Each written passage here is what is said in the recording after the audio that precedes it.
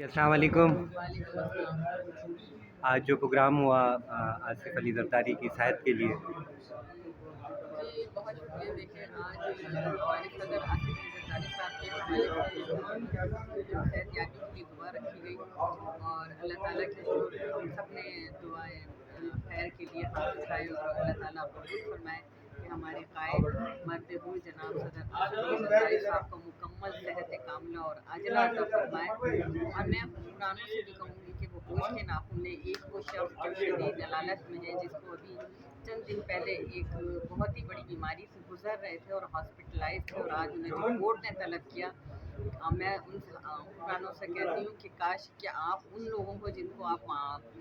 ایک stamp paper پہ تو باہر نکال دیتے، لیکن وہ جو اس ملک کے محب وطن ہے، جس نے اس ملک کو 18th امینڈمنٹ دی، جس نے اپنے تمام تر اختیارات پارلیمنٹ کو دے دیے، جس نے اپنے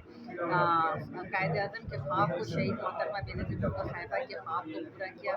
آج اس شخص کو اس ملک سے محبت کی اور پاکستان خپل کا نعرہ لگانے کا جو سزا دی جا رہی ہے، خدا را آپ لوگ اس پہ غور کریں، اور ایک ایسے شخص کو جو محب وطن ہے، جس نے اپنے ملک میں رہ کر تمام جھوٹے مقدمات کو پہلے بھی 11 سال روکتا